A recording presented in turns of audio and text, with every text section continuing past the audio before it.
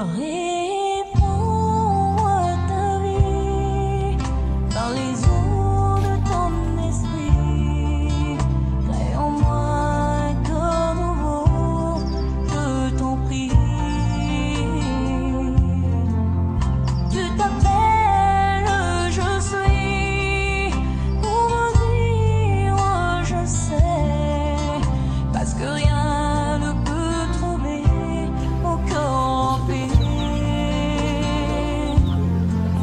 S'il faut que je te dise un mot, au-delà de tous mes mots, je te dirai, oh je t'aime, Chilo. Bonjour John, bonjour Salvador, comment vous allez? La journée s'est bien passée? Très très bien passé. Et de votre côté? Ah oui, ça a été, je vois déjà que la santé est bonne. Ouais, ça peut. Oui, parce que bon, depuis que nous nous sommes réveillés, le bon Dieu nous a accordé une journée vraiment merveilleuse. Et voilà, il se fait qu'il nous donne encore un moment de partage entre frères, malgré qu'on n'a pas eu à se voir pendant 2-3 heures du temps. Mais quand même, il nous a fait grâce. Je ne sais pas de votre côté, Le plus important que c'est que nous soyons en vie et qu'il nous fait encore grâce. en tout cas. Surtout, Ouais, j'allais énormément remercier le bon Dieu pour tout ce qu'il est en train de faire dans nos vies que nous sommes. Et c'est une joie immense d'être parmi vous et de partager ensemble. c'est qui est vraiment très bon. Bon. Bref, vraiment, le nécessaire, c'est que notre Dieu est miséricorde. Dieu est toujours comme on l'a toujours dit. Il est là, il nous accorde la joie, il nous donne tout. Donc le sourire, c'est chaque jour que nous sourissons. Même dans les moments difficiles, ce qui semble être difficile, mais il arrive que vous arrivez à manifester quand même cette joie-là, parce qu'il est toujours notre Père, qui est au-dessus de tout. Et voilà un peu ce que nous pouvons dire pour la journée et la continuité que nous aurons ensemble à partager. Vraiment, nous connaissons qu'il est là avec nous et il nous accorde toujours. Il va nous assister jusqu'au mot au bout. C'est le plus important. Merci beaucoup, chers frères. Et ma joie est immense de partager ces moments de réflexion ensemble avec mes frères. Les moments qui ont un peu été vécus parce que nous, on ne pouvait pas s'entendre de ce qu'on croyait avant et la réalité qu'on a eu à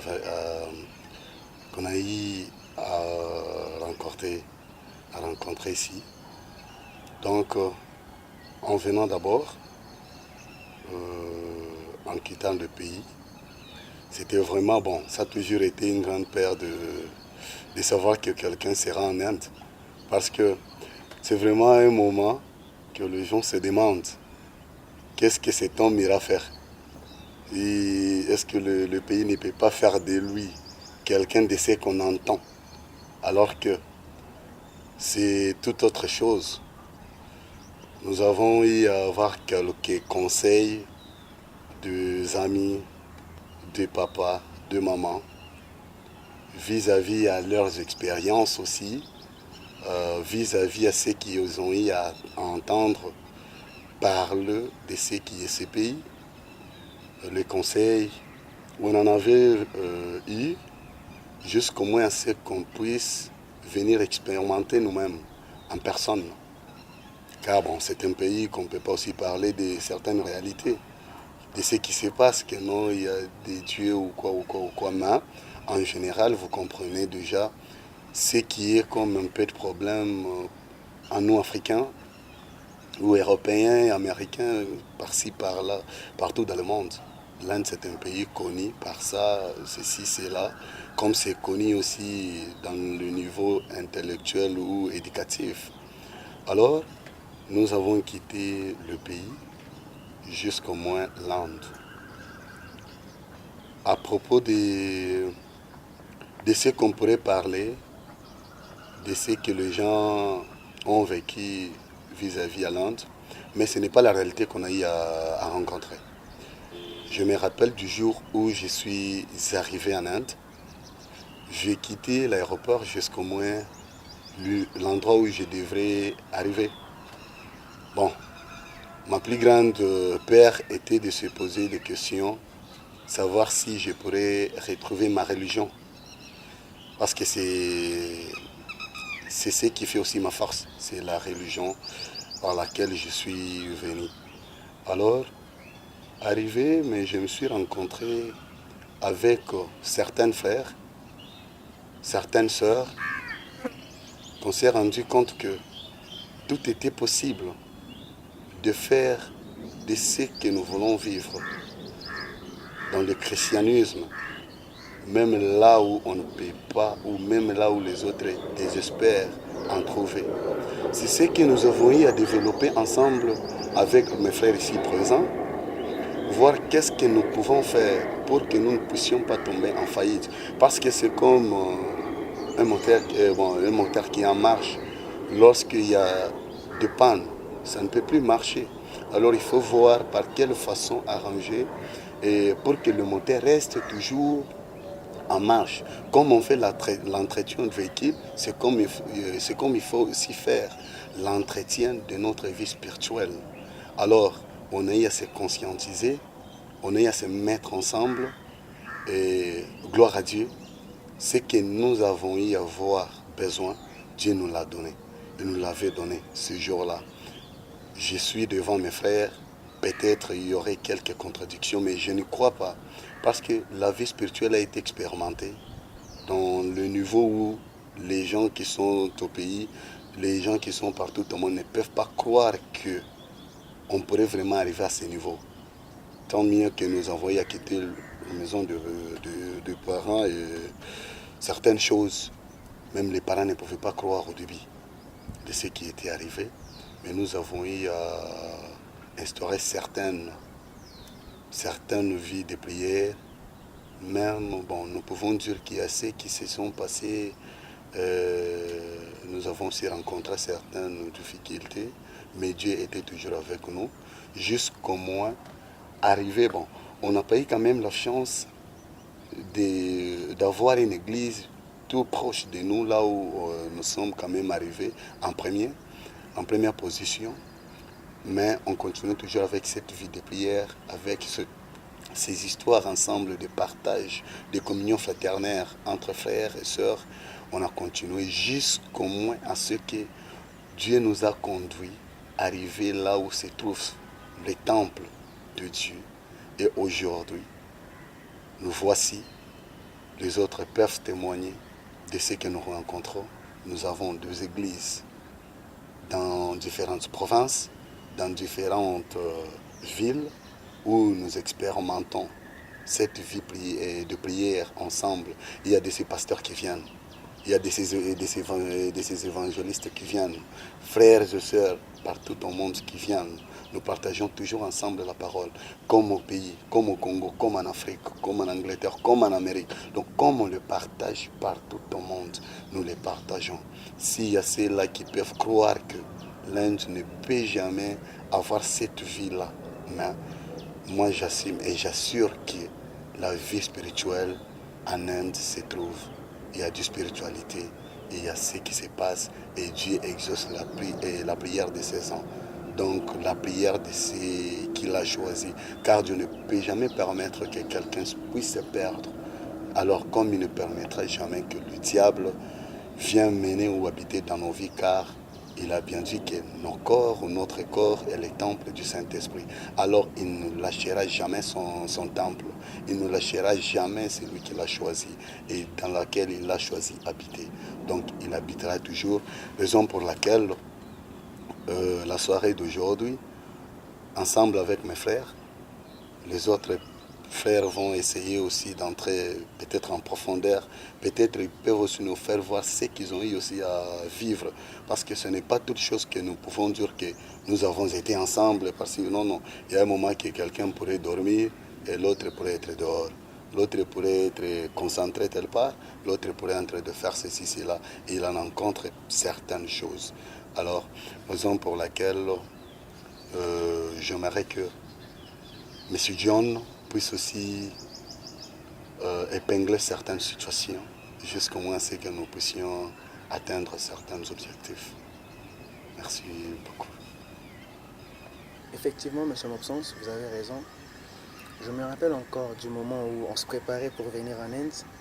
Et la journée, si je me donnais de la donner un an, je dirais la journée stress. Effectivement, je me rappelle quand on venait encore, j'avais quelques petits bricoles à faire en ville. Et mon voyage était prévu pour ce même jour-là. C'était un certain, je crois 19, quelque chose comme ça. Alors, toute la famille me demandait comment ça va se faire parce que j'étais dans la capitale, Kinshasa. J'étais dans la capitale, Kinshasa. Alors, il fallait préparer tout ce qui avait trait au voyage. Et certainement, il y a eu des petites complications au début, avec l'ambassade, des petits accrochements. Et mes parents stressés se disaient, notre enfant va aller dans un pays où il n'y a pas de religion, où il n'y a pas la religion chrétienne. Et souvent, on entend que les chrétiens sont parfois persécutés. Et ça fait la frayeur pour la famille. Mais néanmoins, on a tenu bon, ils se sont dit, la science, elle est importante. Et Dieu se fait grâce à celui qui croit. Alors on a cru dans la réussite. Alors on s'est lancé dans ce voyage un peu lent, parce que ça m'a pris quelque chose comme 16 à 18 heures, 19 heures, quelque chose comme ça de voyage. Et j'ai pris mon vol de Kinshasa, un peu stressé, et puis on fait quelques escales par-ci par-là en Europe, et puis on atterrit en Inde. Ça, c'était les moments qu'on a vécu.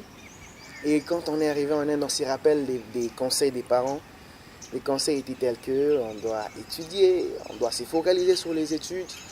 Certainement, on ne peut pas trouver des églises. Alors, il faut créer des moments de prière seul dans ta chambre.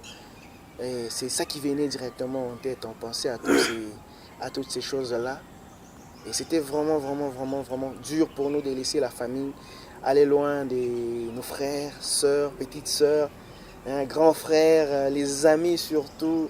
Avec l'ambiance qu'on a vécue au Congo et toute notre histoire s'est retrouvée au Congo, on se disait waouh, nous allons dans l'horizon où on n'a pas encore eu d'histoire. Qu'est-ce qui va nous arriver?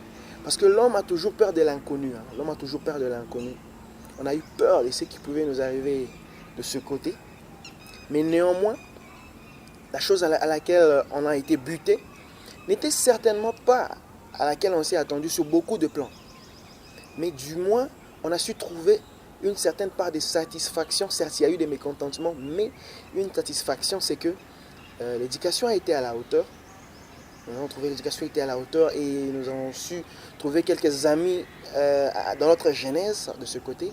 On a trouvé quelques amis qui nous ont épaulés, avec qui on a commencé une vie de prière, avec qui on a commencé à développer certains plans de l'avenir. Et ces choses-là sont toujours catégorisées dans notre passé, ce qui fait de nous ce que nous sommes en ce moment.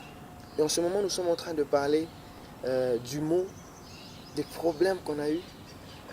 Donc, quand on est arrivé, on a eu de petits problèmes, des petits pépins avec la langue anglaise.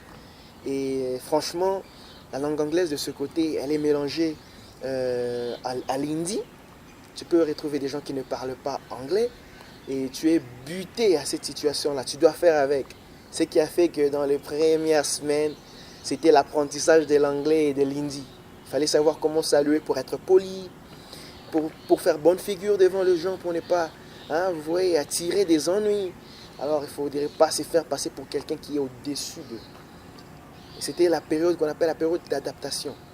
Et cela a été la plus compliquée parce que c'était la première étape dans le chevauchement vers notre futur. Mais le plus grand a été fait. La glace avait été brisée entre nous et les autochtones. On a commencé à vivre. Et c'est là même la continuité de ce que nous faisons en ce moment. Nous sommes en train de discuter de ces choses-là pour que nous puissions voir vers quels horizons nous tourner, comment avancer. Voilà pourquoi nous nous réunissons pour développer de ces sujets-là. Merci beaucoup pour la parole.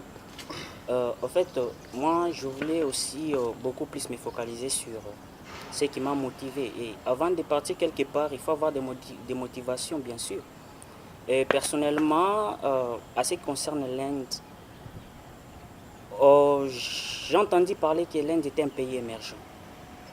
Et par là, je me suis dit non, mieux vaut aller quelque part, là où, quand on dit de l'émergence, cela veut dire à propos de la technologie, comment est-ce que l'Inde évolue. Donc l'Inde est vraiment à la base de la technologie. C'est avec ça, ça évolue. Eh bien, j'ai bon jugé de venir ici en Inde. Pourquoi? Pour apprendre un peu la technologie et de ramener chez moi, au pays bien sûr, en RDC. Avant de venir ici, on a eu quelques conseils venant de nos parents à ce qui concerne le respect de la culture indienne et aussi à ce qui concerne la religion. Nous sommes bien sûr des chrétiens. Nous venons d'un pays où la majorité est chrétienne. Et arrivé ici en Inde, vous allez comprendre qu'il n'y a que 2,8% de la religion chrétienne ici en Inde. Et c'était un peu quelque chose d'étrange pour les parents. Ils se demandaient comment est-ce que, si notre fils partait là-bas, parce qu'on priait à la maison, on partait à l'église, cette activité-là, ils se demandaient mille et une questions, est-ce qu'il va encore réussir de les faire là où il ira? Et Dieu est bon, Dieu est omniprésent, omnipotent. Il nous a permis à ce que nous puissions quitter les pays depuis 2014 que nous sommes ici et arriver ici en Inde. Ça fait de cela, si je ne me trompe pas bien, une affaire de 21 mois que nous sommes ici en Inde. Une affaire de 640 jours. Ma première arrivée à l'aéroport international de Delhi, qu'on appelle Indira Gandhi, j'ai été un peu stressé. Pourquoi? Parce qu'il fallait qu'on puisse prendre des taxis là-bas.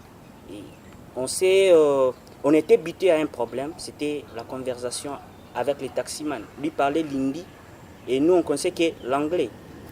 Et qu'est-ce qu'on a fait? On avait essayé un peu de contacter à gauche, on a contacté à l'université les gens qui parlaient l'hindi. C'est eux qui nous ont permis à ce que nous puissions prendre les taxis et nous ramener à l'université en question. Et arrivé là-bas, on s'est retrouvés, c'était comme une famille. Si on vous dit aujourd'hui, quelque part là où il y a 23 personnes, tous sont des chrétiens, déjà vous savez, l'idée est vraiment commune. Tout le monde aura toujours besoin, il faut compris. Parce qu'avec la prière, nous allons réussir en tout. C'est pourquoi on s'était dit et on a pris la décision avec mes frères. Il y avait aussi des sœurs. On a commencé des séances de prière. Chaque soir, on priait. Chaque soirée, on priait. Et il y avait des moments où si on veut prier sérieusement, comme les dimanches, il y avait des débats aussi qu'on mettait sur la Trinité. Donc, on était vraiment bien, malgré la place où on était, l'environnement en question. Il n'y avait pas l'église. Et on était obligé d'être toujours à l'intérieur du campus et en train de prier, d'implorer à notre Dieu qui puisse nous soutenir et nous aider, car sans lui, nous ne sommes rien. C'est un peu ça que je voulais aussi ajouter sur tout ce que mes deux frères ont dit. Et je vous remercie. Ah oui, chers parents, comprenez que malgré tout ce qui s'est dit, malgré quoi, oui, la vie peut être difficile, mais le bon Dieu est là. Et par sa force, quelqu'un peut la rendre facile. Et par la grâce du bon Dieu, quelqu'un peut conduire sa vie. Même quand il n'y a personne qui peut lui secourir, car il sait qu'il a comme au secours le Seigneur. Et tout ce que vous donnez comme conseil, personne ne les rejette. Il n'y a aucun enfant, aucune personne qui désobéit aux ordres ou à la loi de ses parents ou de ses ancêtres. Mais comprenez que la vie n'a pas été dure, la vie n'a pas été facile jusqu'au moins en ce moment où nous sommes. Mais ce que nous pouvons juste dire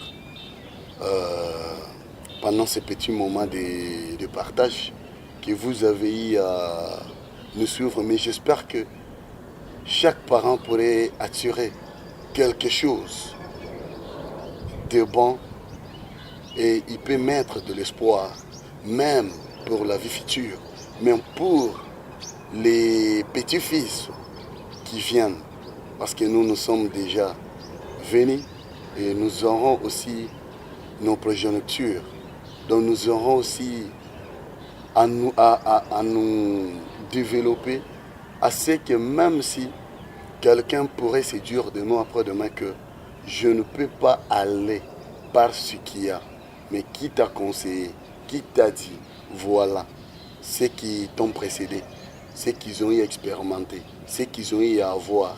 Et par là, vous saurez comment conduire ceux qui viennent après nous, ceux qui viendront après ceux qui viendront. Mais je sais que non, de génération en génération, nous nous souviendrons de ces moments, de ces bons moments de partage ensemble avec le frère. Nous sommes juste vos frères, vos enfants, vos fils, donc qui ont voulu un peu vous donner cette foi de croire toujours que lorsque tu cherches à atteindre un certain niveau, malgré des difficultés, malgré quoi que ce soit, malgré tout ce que les gens peuvent raconter, mais cherche au moins à expérimenter, peut-être le niveau est là, peut-être il y a certaines dimensions qui s'ajoutera là où tu iras. C'est par la grandeur de souffrance que tu arriveras aussi à atteindre certains niveaux. Si tu veux tout en facilité, tu n'atteindras jamais. Et surtout, dans notre vie spirituelle, si vous voulez toujours là où il y a du christianisme, où il y a des frères et sœurs que vous êtes habitués, mais comment est-ce que vous irez prêcher par-ci, par-là, pour que le monde connaisse Christ? Donc je crois que c'est un niveau où nous devons maintenant comprendre que le christianisme n'est pas en Afrique, le christianisme n'est pas en Europe, le christianisme est partout au monde. Nous pouvons le développer par-ci, par-là, où est-ce que nous allons. Voilà, merci très chers parents. Merci à mes frères, merci à vous. Comme nous avons eu accepté quand même donner ces bons moments, à ce que nous puissions faire comprendre à nos parents, à nos grands frères, à nos grandes sœurs, ce que nous avons eu à rencontrer et qu'est-ce que nous sommes devenus. Mais tout par la gloire de Dieu. En tout cas, merci beaucoup.